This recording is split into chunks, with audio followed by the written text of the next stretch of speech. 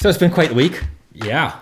We got a new president or returning president. Yeah. New president. A new old one. New old one. There you go. An new old one. So this particular president has spoken about, he used to go to Billy Graham rallies with his father. He associates with Franklin Graham. He's talked about that before, where he's prayed with Franklin Graham and meets with him. And I think, and I might be wrong, but I think he even referred to Franklin as like his pastor. Interesting. So that would lead me to believe that Trump tends to ascribe to being a Christian. What do you think about the president and religion? Yeah. Well, somewhat of an unpopular opinion. If he calls Franklin Graham his pastor, I'd say, well, what church you go to? Because Franklin Graham doesn't actually have a church. He's parachurch. So he might be your spiritual advisor, but pastor, that may be a whole other episode for another day. To call oneself a pastor that's not today's subject, is it? And I may have had that wrong, but I know he's talked fondly of Franklin Graham. Yeah. All right, interesting. Well, that's a great thing. I think it's a wonderful thing if a person with that kind of position has, positive influences in their life. So, okay. What was the question? So he's the president. By what he said, we could lean towards the idea that maybe he's a Christian. We don't know for sure. Right.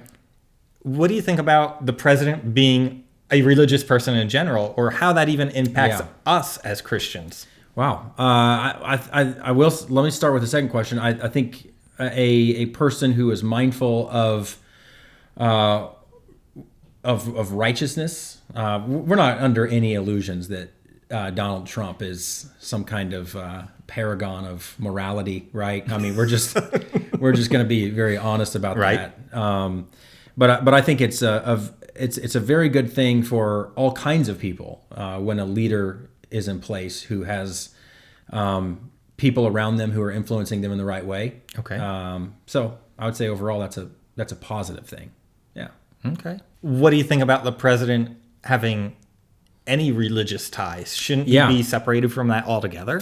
I think that's a very interesting conversation because there's the whole conversation between separation of church and state. There's the conversation, should the church be political? And you got all these different ideas that are very charged, especially right now. And I think there are certain conversations to be had around each of those things. I would just challenge each person to challenge their own assumptions. If the church shouldn't be political, why? Why? I'm not necessarily, I don't think the point of this episode today is to get into all of that. But why shouldn't the church engage in political things? I have a particular conviction or belief right now that many times we call political that which is really theological.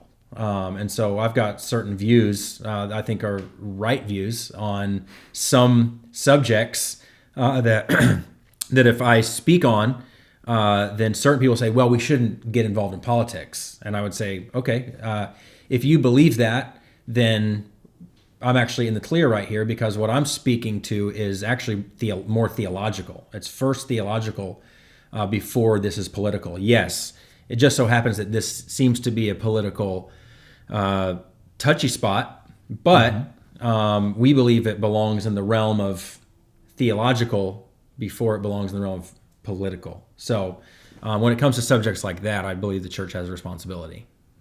So as Christians, as a church, should we support our president? What does that look like? Yeah, I would just say that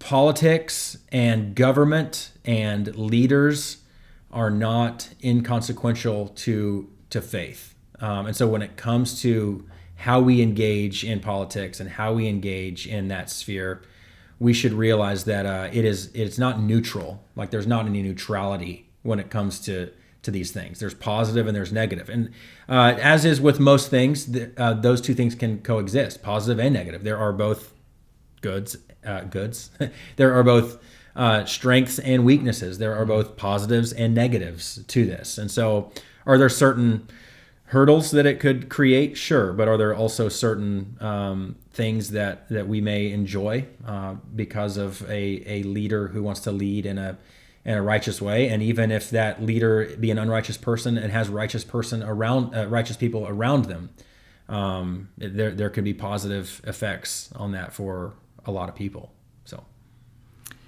So in the Bible, there were good leaders and bad leaders. But through it all, God, and I'm summarizing pretty broadly here, but God said there are leaders in place and you need to respect these leaders.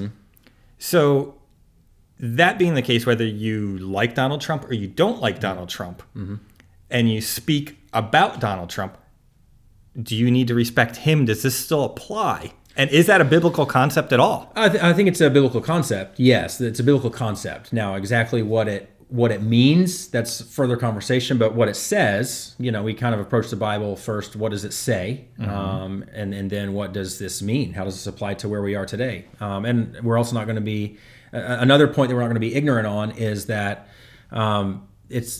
it's a challenge to apply these things today. I think we could all agree, no matter where we're at on the political spectrum, that we're just in some very challenging, complex times. But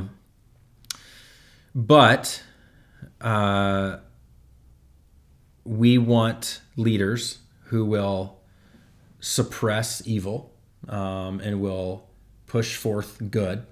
And in any election we've ever had, we've had to make that decision. We've had, based on each person's convictions, you've had to go into that with the recognition that there is a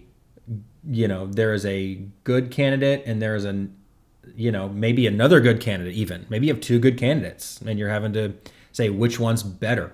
Sometimes that revolves around your preference. Sometimes that may revolve around like actual issues that you want to see walked back or see tamped down a little bit. So I think that's an answer to your question. So, okay, we have this president. We know some people will support him, some people will not. Yeah. Even those who support him will sometimes disagree with him. Yeah, hopefully. So actually, yes. Yeah. Because you don't want to just right. blanketly there's no approve perfect everything. Candidate, right? So whether you disapprove of everything he does or some of the things he does, how would you respectfully, since we're called to respect this leader, how would you respectfully deal with that? I think a life of consistency for us. I'm not that old, but as far back as I can remember, we've never had a president who fit any kind of perfect picture of the kind of leader that we would all hope for.